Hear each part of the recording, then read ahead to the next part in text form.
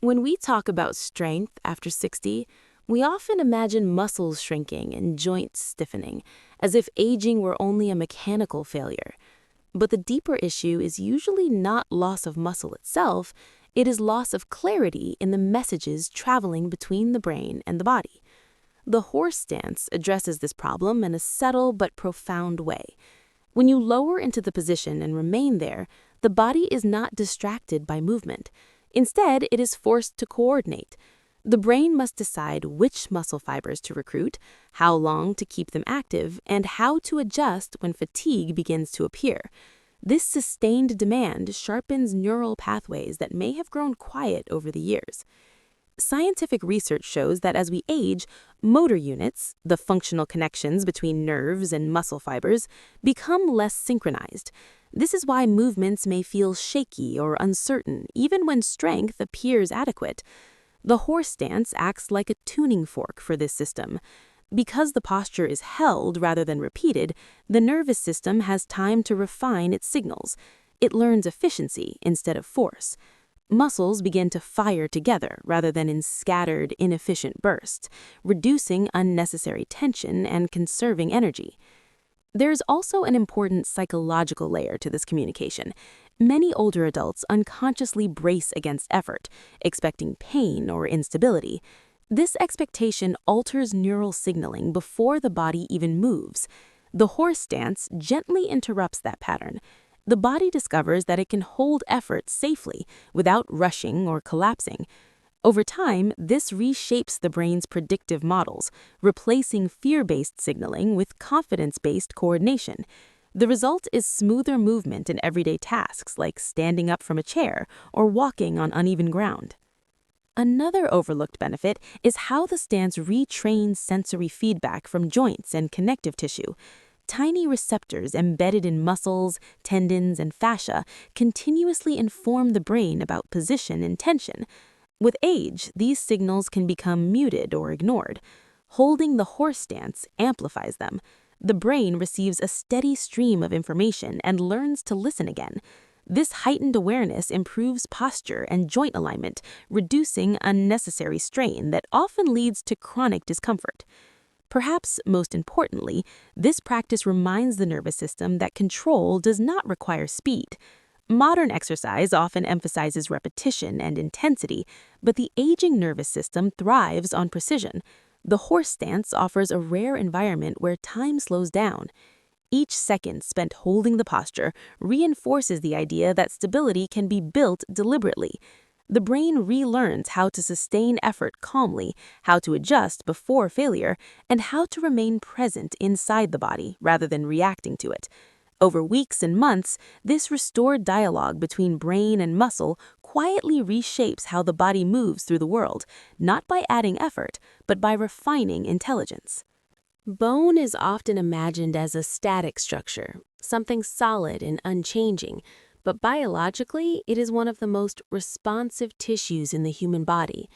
Even after 60, bone is constantly listening to its environment, responding to the forces placed upon it.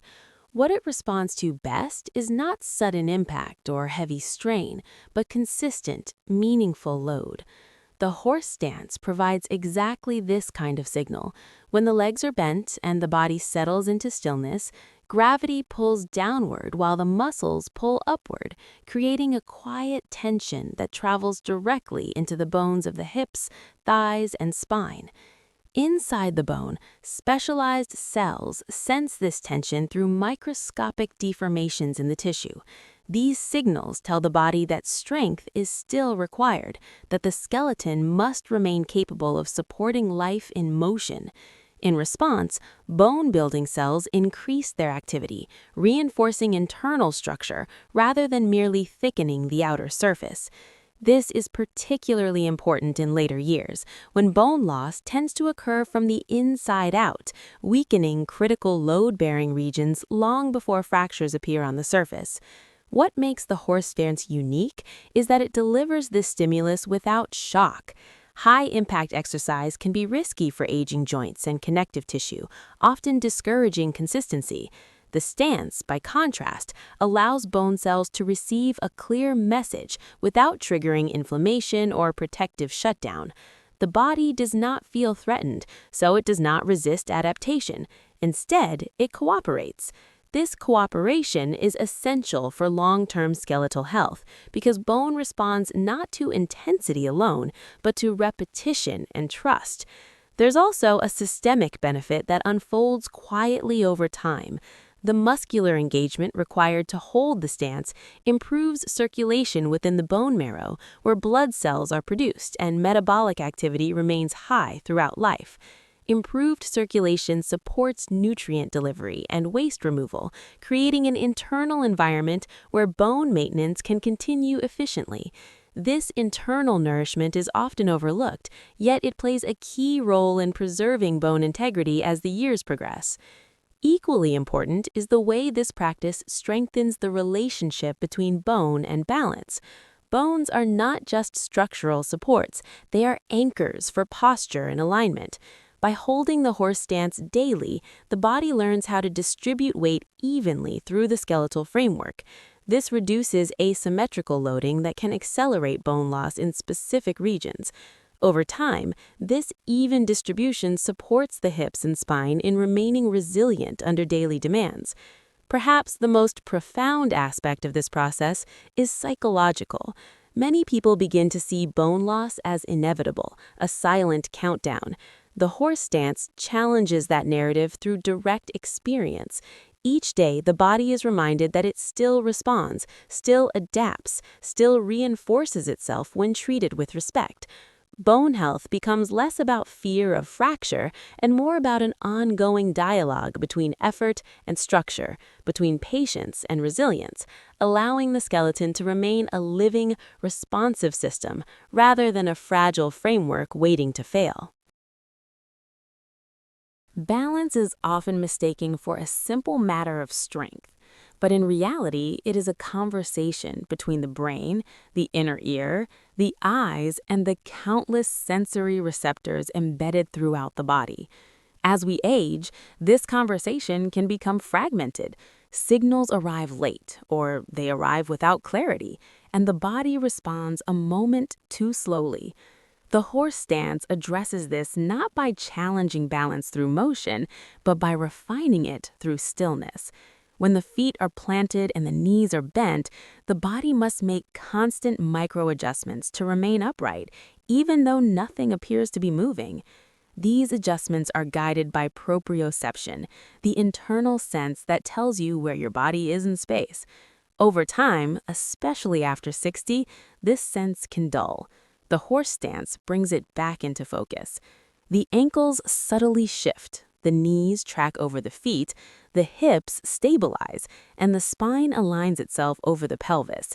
Each of these tiny corrections sends feedback to the brain, sharpening its map of the body.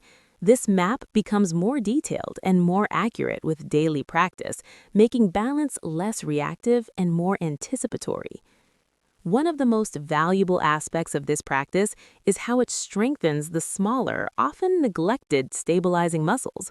Large muscles may help you stand up or walk forward, but it is the deep muscles around the joints that keep you from falling.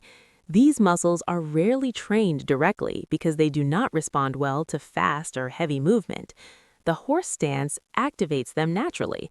As fatigue sets in, the body cannot rely on brute force. It must recruit these stabilizers to maintain position, teaching the nervous system to use them efficiently.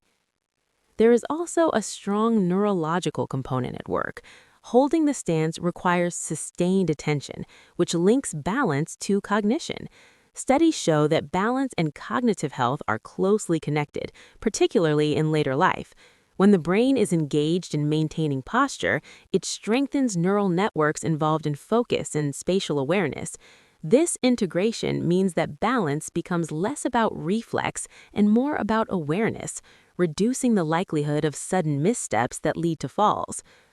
Emotionally, balance is tied to confidence. Fear of falling often leads to stiffness, and stiffness actually increases instability. The horse stance gently dissolves this cycle. Because the posture is controlled and predictable, the body learns that it can remain steady under challenge. This experience reshapes how the nervous system responds to instability in everyday life. Instead of panic, there is adjustment. Instead of rigidity, there is adaptability.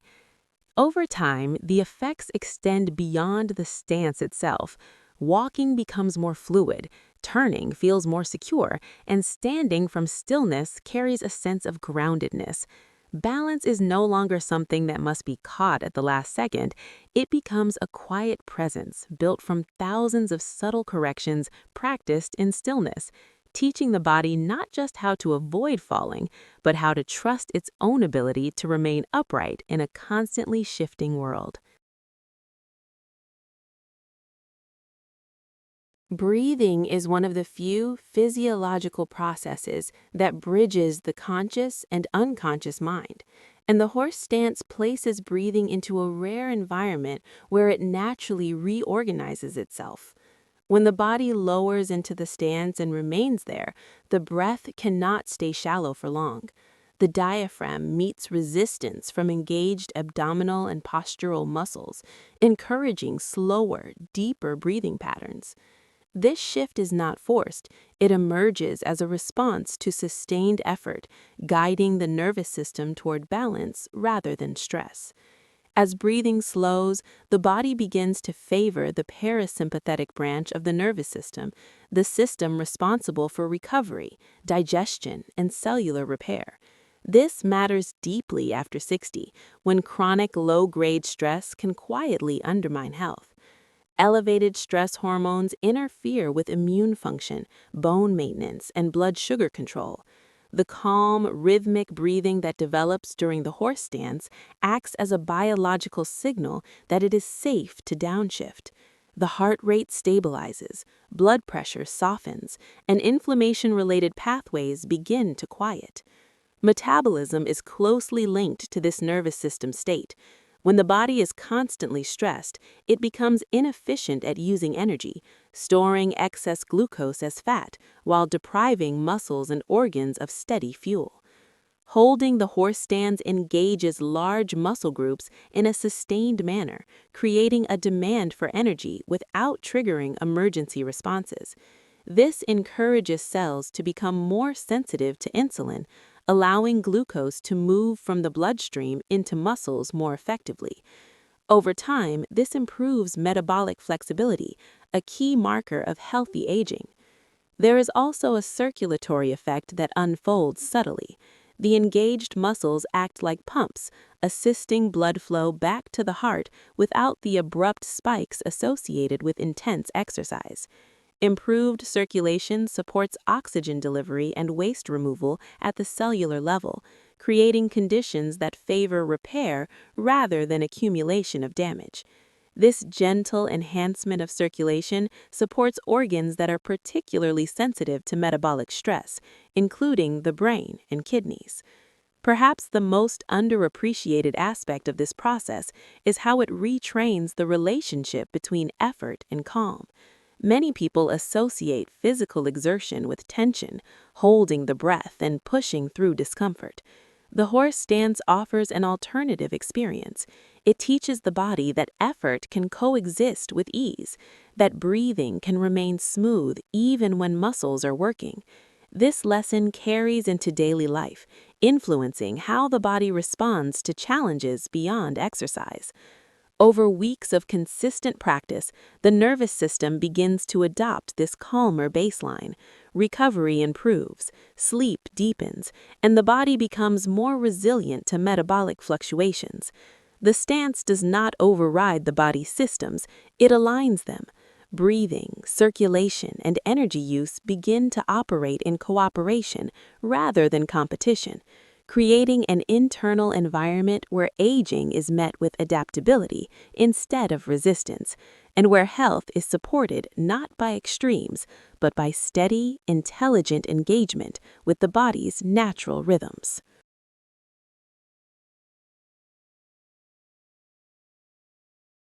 Aging often reshapes the relationship people have with their own bodies. Movements that were once automatic become cautious, and effort is sometimes approached with a quiet sense of loss.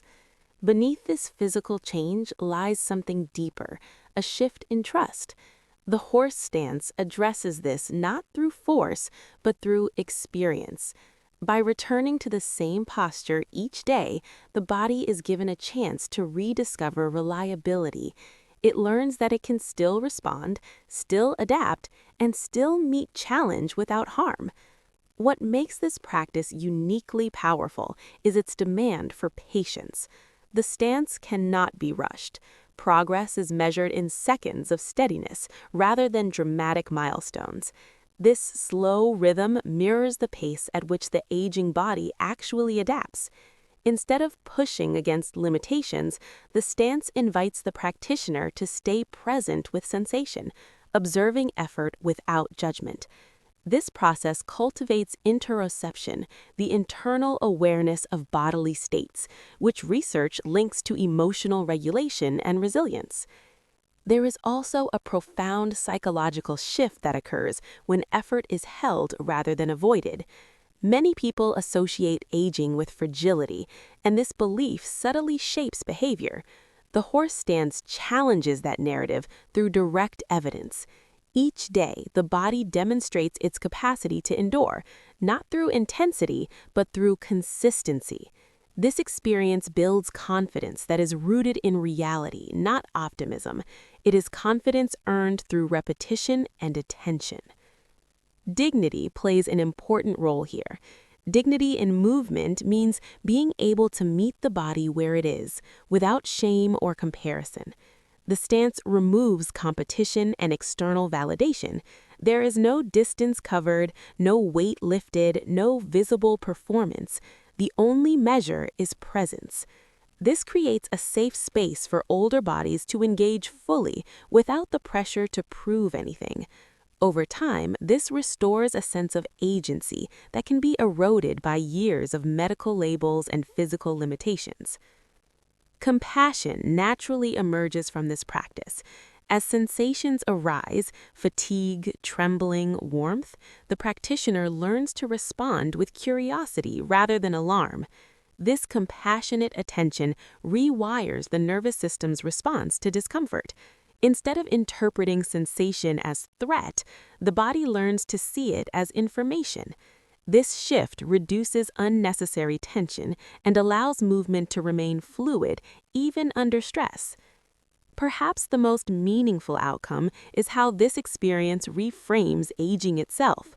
Rather than a process of decline, aging becomes an ongoing negotiation between structure and adaptability. The horse stance becomes a daily reminder that strength does not always look dynamic and progress does not always feel dramatic. It affirms that stillness can be active, that patience can be powerful, and that the body, when approached with respect, continues to offer wisdom. In this way, the practice preserves not only physical capability, but a deep sense of self-respect, allowing individuals to inhabit their bodies with confidence and grace as time continues to unfold.